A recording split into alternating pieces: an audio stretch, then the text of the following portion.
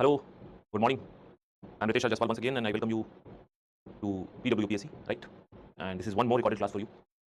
So we are trying very hard to get some schedule for you, right? And probably this is going to be the last recorded class. I got many requests from the student of Titan that sir, please start my live classes. So this is probably going to be the last one in a recorded format. But somehow I started liking recorded because in this recorded class, in 1.5 hours, we can complete the coverage of 2 hours because there is no chat coming in. But at the same time, I miss the chats and the names which appear onto the screen. Anyway, so let's start. We were discussing nuclear technology, and in nuclear technology, in the last class, we talked about nuclear reactor, the different part of nuclear reactor, and very important aspect that we talked about in the last class, that was nuclear reactor in India, right? So nuclear reactor in India, and then we basically categorized this reactor into different categories like PHWR, if you remember, then ASWR, right? Then there was BWR, PWR, and then there was PFBR, right? So all these 5 kind of reactors we talked about, and I have given you one homework, and the homework was that you need to do some map work, and you have to locate these all 23 nuclear reactors of India on the map, and you should know about the geographical location of all these nuclear reactors, right? So these nuclear reactors are placed at 7 to 8 places, and then you have to locate all of them. I'm sure that you have done it, and if you have done it, then you can send it to me on my social media. I would be really happy to see this, that you are sending it to me, right? Anyway, so nuclear fission is done. We have done with the nuclear fission technology, and in today's class, what we are going to discuss is nuclear fusion.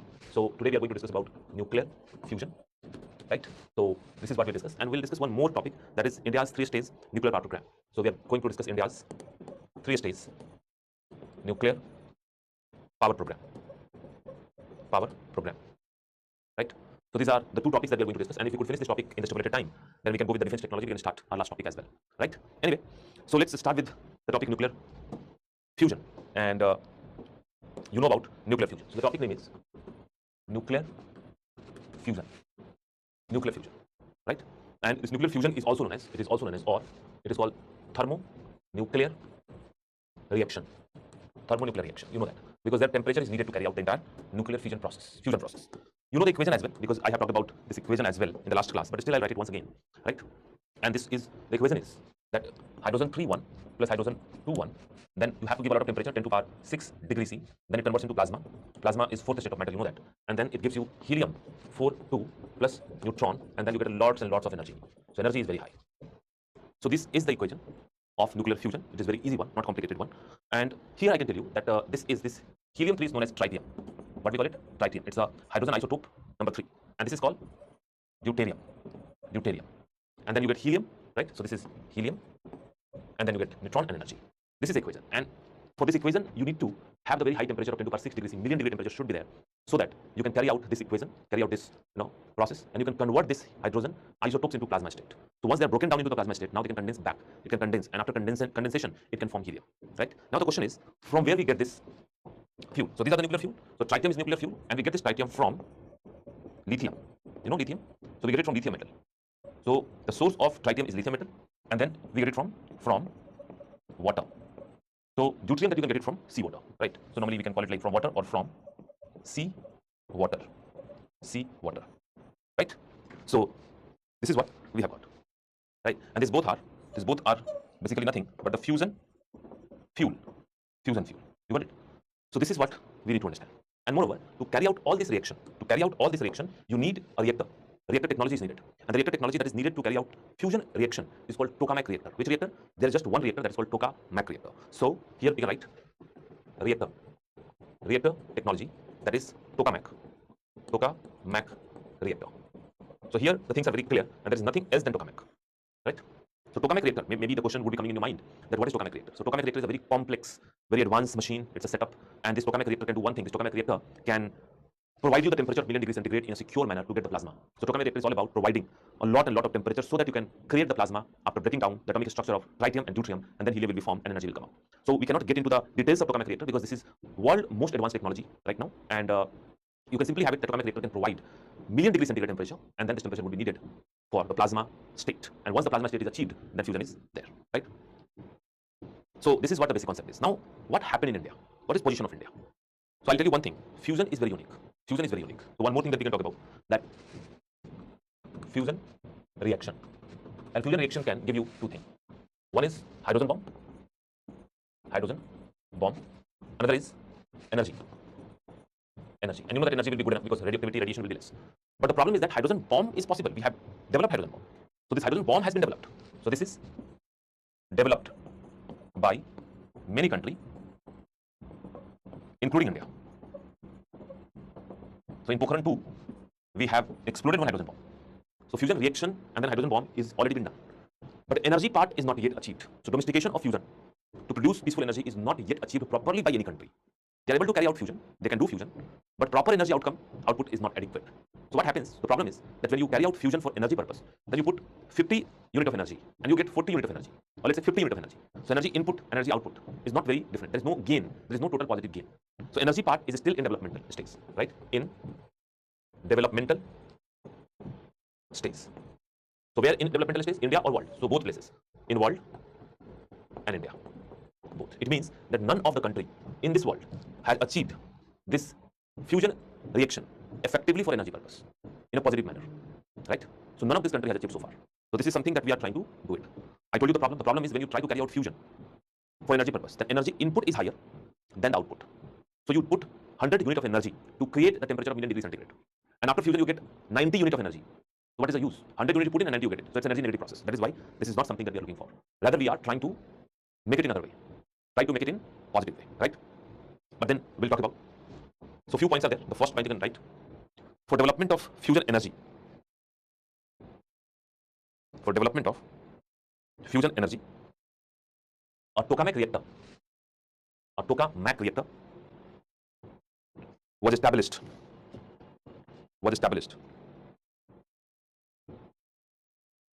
in Plasma Research Institute, Gujarat, in 1986. So Plasma Research Institute, right? So this Plasma Research Institute is located in Gujarat, right? And this is the institute which is primarily responsible for all the plasma and fusion research in India. So whenever it says plasma research or fusion research, it's the same thing. There is no difference. So the plasma research and fusion research was started in India from here, right? And we got our first tokamak reactor established in this establishment. So what was the statement? For development of fusion energy, a tokamak reactor was established in Plasma Research Institute, Gujarat, in 1986. This reactor is known as Aditya, and this is a research reactor. That means this is not meant for energy output. Energy would not be coming from here. Rather, it will be what? Just a research reactor. You know that? So what is a research reactor? Research reactors are those which are just for research purpose. You cannot get energy out of it. So it's a setup where the research is going on. That is what India has done. So for Indian point of view, you need to know about it, right? Now, there is one international effort. Now what happened? I'll tell you the story about it. That in 1985, you can imagine that 1986 we got our first reactor. But in 1985 there was Geneva Summit, right? And in 1985 Geneva Summit, all the developed country, they sat together and they were discussing that all of us have tried a lot to get energy, peaceful energy from fusion, but none of us are able to get that. Now, by 1985, all the developed country has already developed hydrogen bomb from fusion technology, but none of these countries were able to get the peaceful energy from this fusion technology because they all were trying individually. There was no collective effort, and fusion technology for peaceful application is so tedious, so tough that none of them was able to crack it. So in 1985, they were discussing that we have already spent a lot of money, we have already put a lot of efforts, and none of us individually could get the fusion technology domesticated for peaceful energy. So why can't we do one thing? That all 5 countries will come together, we'll start a joint mission. In this joint mission, we'll put the money together, we'll put the experiences together, we'll put the efforts together, and then we'll get it done. So 85, they talked about it, and in 2006-7, after 20 years, they were actually planning it, right? They were actually planning. So after 20 years, they were now actually planning and giving it a proper shape. And India started its plasma fusion research effectively from 1986. And India was also 20 years old in fusion technology, and India was also developer of hydrogen bomb by 2006-7. So when this top 5 country were discussing that let's collectively do this, then they realized that there are 2 more countries who can contribute. One is India, because India has also reached to the same point where this developing country has already reached 20 years back. And there was a roadblock, no country is going ahead. So India started late, but again, India reached to the same point where all these top 5 countries have already reached 20 years back. And another country was South Korea. South Korea was also doing the same thing. So now it was decided that it won't be just 5 countries. Now it will be 7 members. 7 members will be there. And with this 7 members, where India and South Korea will be also added, we will start an international project. And that international project is known as ITER. ITER. That is called International Thermonuclear Experimental Reactor. Right? So that is ITER. So this is your topic, ITER, International Thermonuclear Experimental Reactor.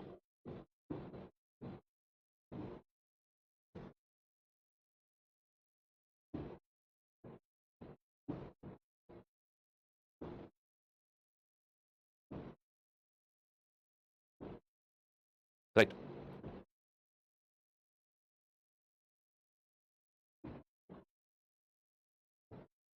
So you can write this is an international mega project. This is an international mega project. International mega project to develop. International mega project to develop world's largest fusion reactor. World's largest fusion reactor based upon tokamak technology. Based upon tokamak technology. Based upon tokamak technology. Right? Again, I repeat, this is an international mega project to develop world's largest fusion reactor based upon tokamak technology. Next, you can write the location of this reactor is. Location of this reactor is. Location of this reactor is Cadrec, France. So that is a research facility in France, and that is called Cadrec. And in Cadrec, this ITER is being developed in underground manner, under this ground, right? Cadrec. Next, you can write the input energy of this reactor will be 50 megawatt, whereas output energy will be 500 megawatt.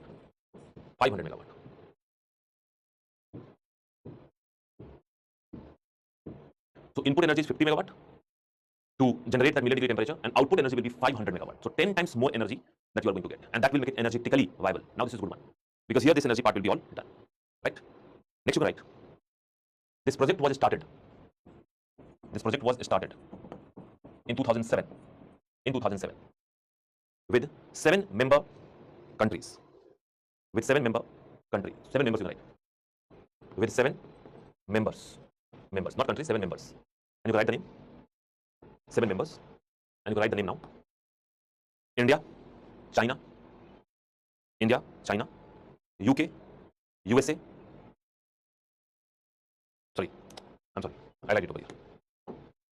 India, China, USA, Russia, South Korea, right? European Union, and Japan. So all these 7 countries are 7 members are there. And remember, in this 7 member, this is European Union. So there are many countries there, right? That is why I was not saying the 7 country. What term you used? The term that we used was 7 members. The 7 members have been used. There: India, China, USA, Russia, South Korea, European Union, and Japan. Right? Now, this European Union is responsible for 45% of the cost. So the cost they are bearing is 45%, and rest all of them, 9% each. 9% each. So you can write one more point. 45% of the cost.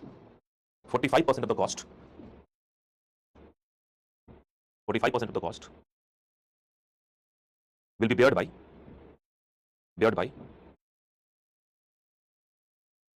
European Union,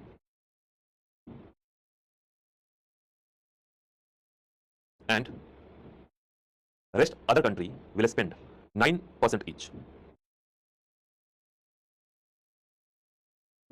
9% each.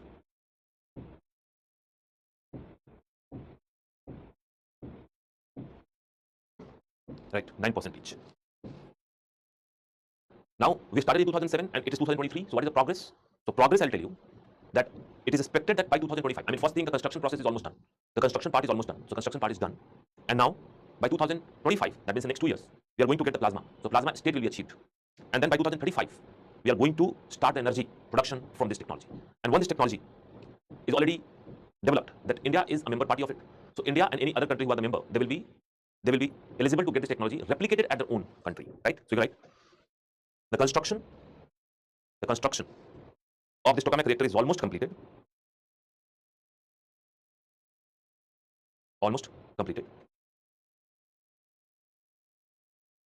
And it is expected to achieve plasma state by 2025. And energy production will start by 2035. Right? Next, you can write. After success of this technology, after success of this project, members will be eligible.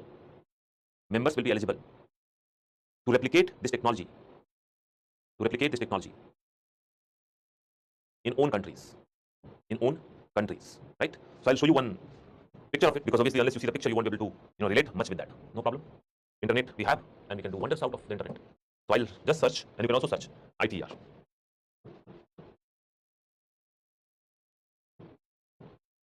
Just want to ITER, yes. An image I can get it, a good image I just want for you with all the information written out there. So you can see like how complex this machine is.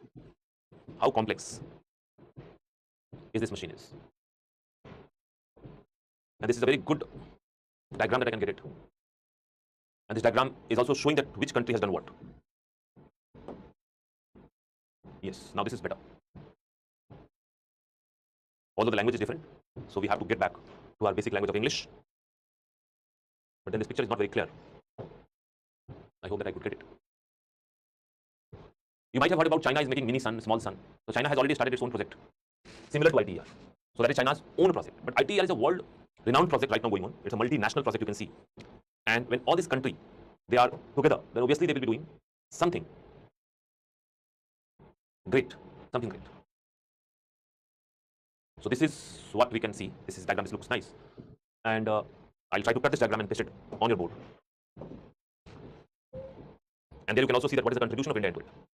So this is your ITER, you can see. And you can see the Indian flags everywhere.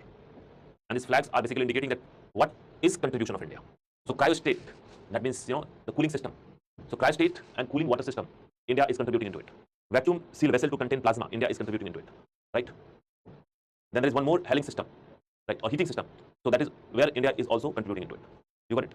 So this is very complex design of this ITER, tokamak reactor. Here you can see like plasma. This is plasma. So this is computer image where the plasma is rotating, and this plasma is rotating, and then this fusion will be happening. So what they have done, I'll tell you. So ITER was best explained in a very easy language, and the language was, there was a conference going on, and in this conference, the scientists of ITER were facing the press, and they explained in a very simple language. They said that this plasma and fusion, this is occurring at sun and stars. And I'm sure that many of you must be knowing that sun is ultimate source of energy, and the enormous energy of sun is due to fusion happening over there. Because sun and stars are also in plasma state. In every star and in our sun, that is a star also, fusion is taking place. Their hydrogens are converting into plasma, converting into helium, and then this energy is coming out.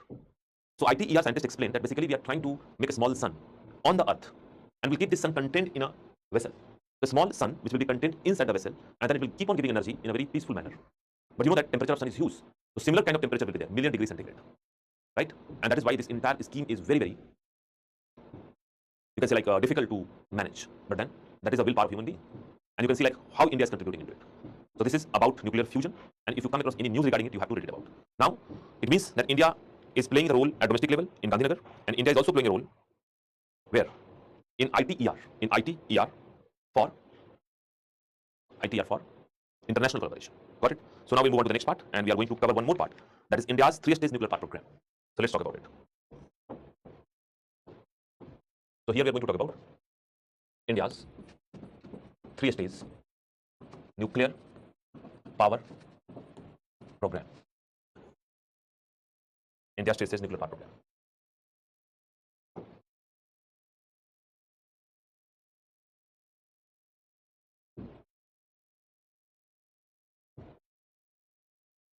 Right. And this power program is about fission energy, not fusion. Fusion is not yet available to us. And this program was based on fission, and this program was conceived by Dr. Homi Jagir Bhabha. You know the name of this legendary scientist of India who was pioneer of nuclear technology in India. So in 1950s only, after just few years of independence, this great scientist would see and think and plan about future prospect of India in terms of nuclear technology. And he was of opinion that nuclear technology is going to play a very important role in the coming years, coming decades for India. And this will not only fulfill the demand of energy, but it is also going to fulfill the demand of nuclear weapon that will come up with the time, because China has developed and Pakistan is doing everything to develop it. So China has developed and Pakistan is doing everything to develop it, and for that we have to develop it. Got it? So this was conceived by that, and he planned it in such a nice way that still today we are working upon it. So he divided this entire nuclear power program into three stages: stage 1, stage 2, stage 3. Right? And what was the stages? So he divided into stages, and then it was, first I'll talk about first stage. First stage. So Homi Jagir Bhabha said that first stage will be based on PHWR, and they will seek other countries' help, because we were not very sufficient in nuclear technology. So first stage will be based on PHWR, PHWR, and second important thing here that we can write, help of other countries. So foreign help will be required in that, right? So I'll explain it, don't worry. Foreign help will be required in that. And what is suggested that in this PHWR, what we are going to do, that we are going to use uranium-235 plus uranium-238. And then what will happen? Once we bombard the neutron onto uranium-235, this will give energy.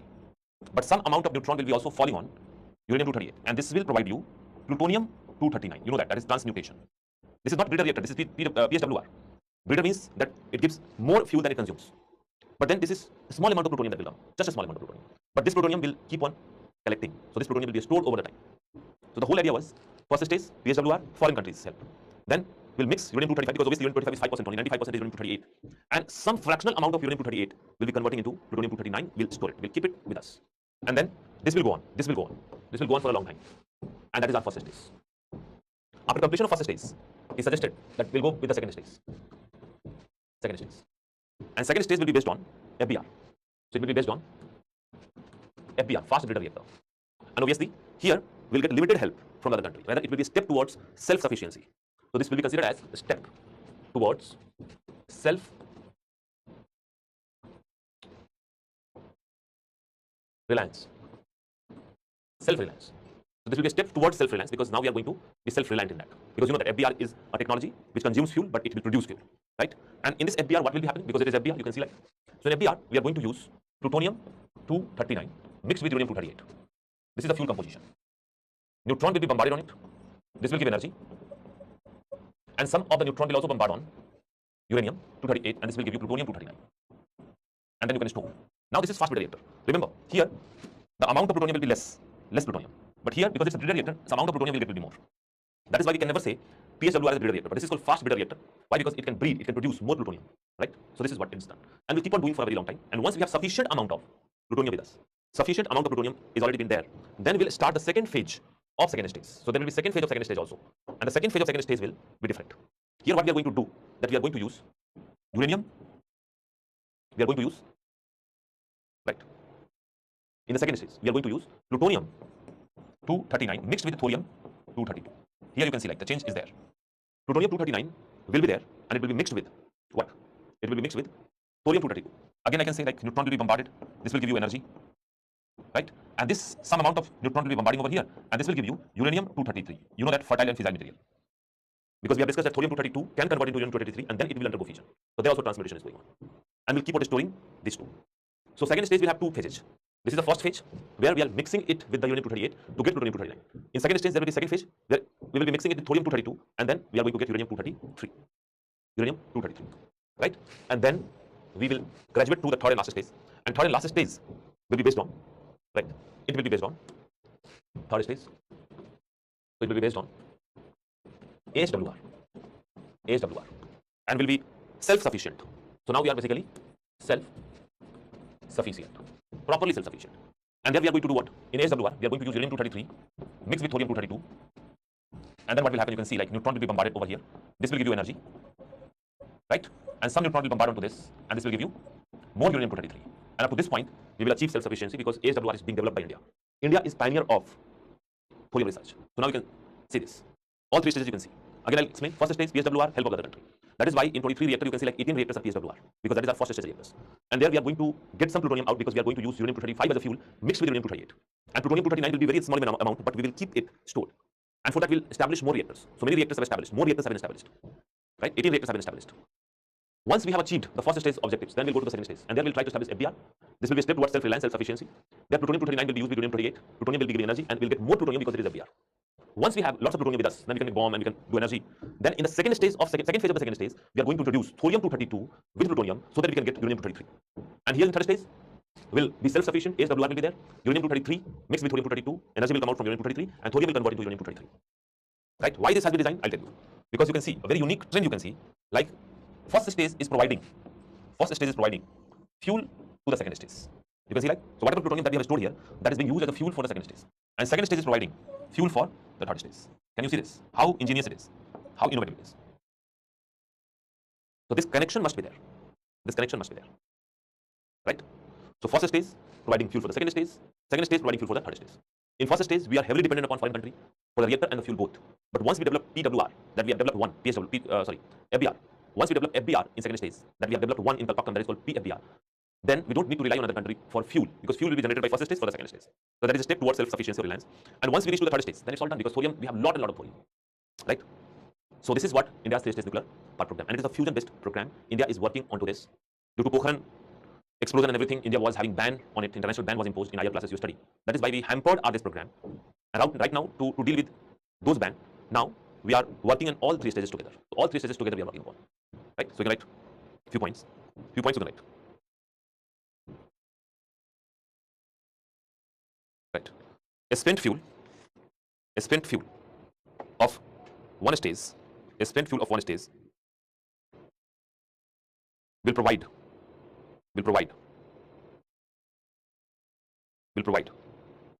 fuel to the next stage.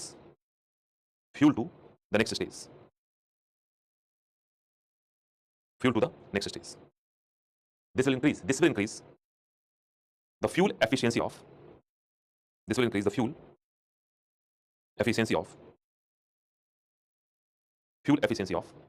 the entire project. Right.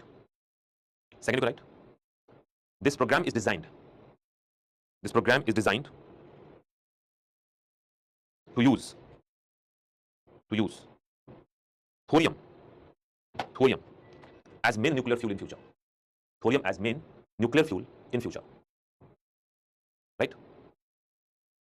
Right. So ultimately we are relying on what? Thorium. And because we have lots of thorium, so it will be sufficiency for us. Moreover, there is one more thing. Here we are using a spent fuel. I mean, the fuel that we have already exhausted. This will give fuel for the second stage, and the exhausted fuel of the second stage will give fuel for the third stage. So what will happen? Overall, nuclear waste will be less. So less nuclear waste, and easy management will be done. So you can write, this program is based on closed fuel cycle.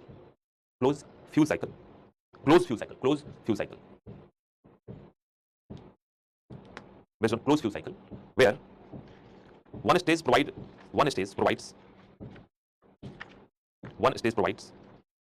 fuel to the next stage,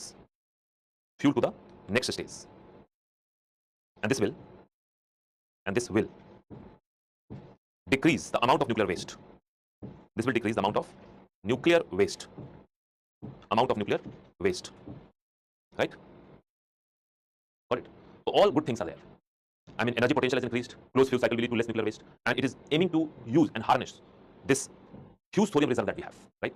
So fusion, we are working with ITER. Fission, we have our own program, and this is going on. And at this particular point, we are working at all three stages. First stage पे भी काम कर रहे हैं, second पे भी काम कर रहे हैं, और third पे भी काम कर रहे हैं. At the same time, यहाँ भी काम कर रहे हैं, right?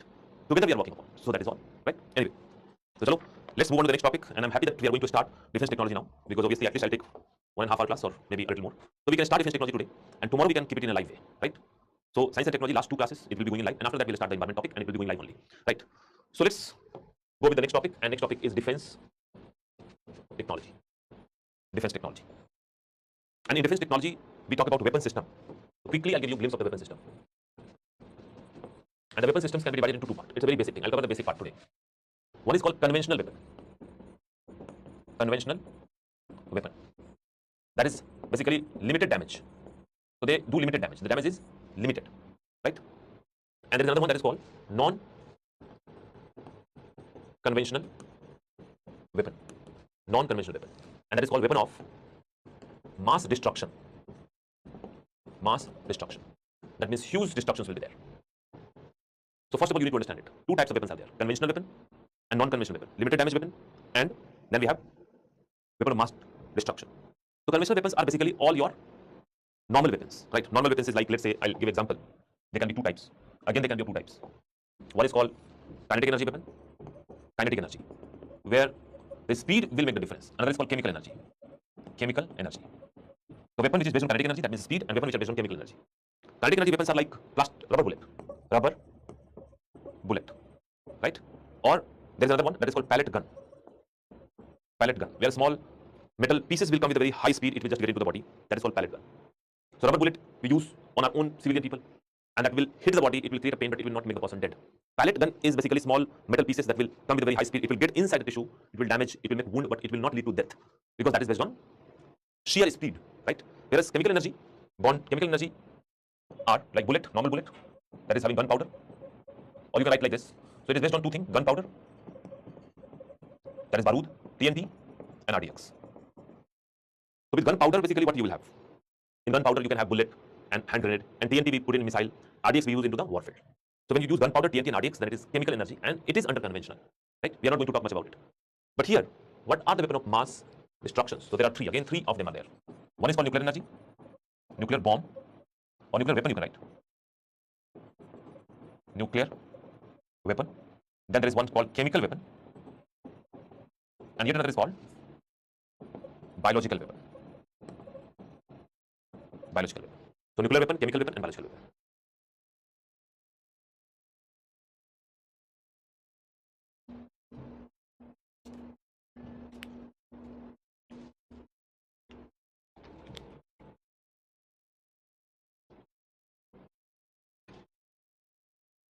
Out of this nuclear, chemical, and biological weapon, I'll tell you that only nuclear weapon is allowed. Allowed in the sense that it is there in the world.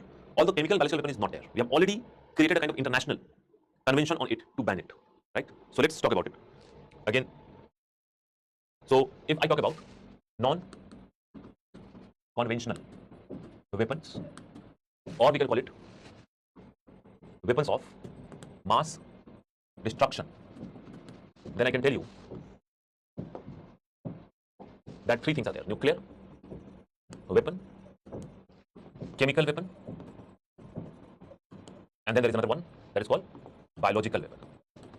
We don't need to get into the detail of it, that what exactly these are. I'll tell you. Chemical weapons are harmful gases and chemicals which can spread into the warfield, and then it can kill the person, it can damage the person's physiology and body systems. Biological weapons are viruses and bacteria which can cause disease like coronavirus, and then it can create a panic and death among the soldiers out there, right? But again, I told you that these are the three weapons of mass destruction. But luckily, we have already shown the wise phase of us. Wisely, we have banned two of them internationally. So we don't have any threat of the chemical attack and biological attack on us by any country, because almost all the country have already signed this chemical and biological weapon convention. So this is banned, and banned through what? Chemical weapon, chemical weapon convention, chemical weapon convention, right? So it has been banned through chemical weapon convention 1993. India has already signed this convention. So banned. No country can make chemical weapon, store chemical weapon, or use chemical weapon, because almost all the country has signed it, right? Except for few of them. But those who have not signed, they are also abiding by it, because majority of the country has signed. And if they use chemical weapon, then we can attack them and we can destroy that country. Syria is example. Syria was having chemical weapon, and America destroyed Syria because of this thing only. Because obviously we think that chemical weapons are so easy to get into the hand of the terrorist, and terrorists can use it. Nuclear weapon is something that terrorists can never get, and even if they get, they cannot use it, because to develop a nuclear weapon you need a nuclear reactor. But to get a chemical weapon, it's easy. You can get it into the can cylinder anywhere. Similarly, this is also banned, and it is banned by biological weapon convention. Biological weapon convention 1972. So we don't need to talk about this, right? India has already signed both. But for nuclear weapon, there is no such convention. Yes, there is a kind of monopoly of few countries, and this country, they control this entire thing. India had a very tough time in development of nuclear weapon, but India had to develop, because obviously China was having the nuclear weapon and they were threatening us, and then Pakistan was saying that I'll do everything to develop the nuclear weapon. In Pakistan, there was one slogan that "Bhans ki roti khayenge, atom bomb banayenge." That means I'll put each and everything, heart and soul, every single penny to develop the atom bomb. In that way, India had to develop atom bomb, otherwise India would have seen the tough time. You got it? So in India, we have two types of nuclear weapon. Obviously, nuclear weapon are two types. Here I can write the types also. So nuclear weapon can be of two types. One is called atom bomb. That is based on, this is called fission device. Or there is hydrogen bomb. That is called fusion device. Or thermonuclear bomb. Or it is also called thermonuclear bomb. Right? And India has developed both. And India developed so that they can counter the aggression of China and counter the aggression of Pakistan. And that is called credible deterrence. Deterrence means rokna. If you have gun and I don't have gun, then you will be always trying to pressurize me, threaten me. But if you have gun and I have gun, then it's a deterrence against you. You will deter yourself before you can do something to me. So we can say like India's credible deterrence is based upon nuclear weapon. So you can talk about, right? India's credible deterrence. India's credible deterrence is based upon nuclear weapon. So that is one thing that you should keep in mind, that we have achieved credible deterrence, and that is based upon nuclear weapon. Because we have nuclear weapon, that is why this country will not threaten us. Otherwise, we will be like Ukraine. Russia is having a nuclear weapon, Ukraine is not having a nuclear weapon, and Russia is threatening every now and then. And to achieve this nuclear deterrence, India has achieved nuclear triad. That means India has achieved a ability to strike the nuclear bomb from all three parts: land, air, and water. Land, air, and water. So you write for this, India has achieved nuclear triad. Nuclear triad. For this, India has achieved nuclear triad. That is nuclear strike capability. Nuclear strike capability. Nuclear strike capacity, right? Capacity from air, land, and water. From air, land, and water. So if you are able to strike a nuclear weapon from all three places, air, land, and water, then it is called nuclear triad. And we achieved this nuclear triad in we achieved this nuclear triad not very far. We achieved it in 2019. Right? And how we achieved it? So nuclear triad means nuclear strike capacity from all three places. First is air. So air strike. Air strike में क्या होगा? Fighter jet. Fighter jet. And we have many fighter jet like Mirage, like Sukhoi, MKI, like we have Jaguar. So we can strike it with some special aircrafts, Mirage, Sukhoi, Jaguar, and even the Rafale. These are able to carry the nuclear weapon, right? So air strike can be done. Second is land strike. Zameen se marna. And zameen se marne ke liye हमारे पास क्या missile है? And for that we have missiles. So missiles are there, Prithvi and Agni. So fighter jets. Here we are having missiles, and two missiles we are having, that is Prithvi and Agni. We'll talk about in the next class, and that is for land attack. And then the very important comes, that is water. Strike from water. And water has got two strike capability: sea surface, and then underwater. So two strike capability: sea surface attack and underwater attack. Under the attack karna. And for sea surface we have what? We have ship launch missile. But we have ship launch missile. So for that have ship launch missiles. And for that we have developed one missile that is called Dhanush. In the next class we are going to talk about Dhanush missile. And for underwater we have submarine launch missile. Submarine, you know? Submarine launch missile. Submarine launch missile. And for that we have developed something called K-series missile. K-series missile. So this is your nuclear triad completed.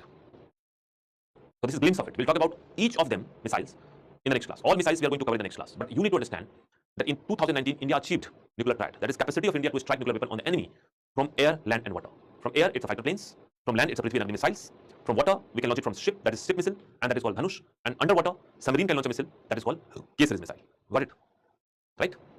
So now we'll meet tomorrow in our live class most probably, and then we'll take the discussion forward from this point where we are going to discuss more about the missile systems and the defense system. So next two classes will be of defense technology, and with that we are going to complete the science and technology, and after that we'll start our next topic, that is environment and ecology. Right? So that's all. I miss you all because you are not here, but I try to reach to you through recorded classes, and soon we'll meet and we'll be face to face. Thank you. Thanks a lot. Take care.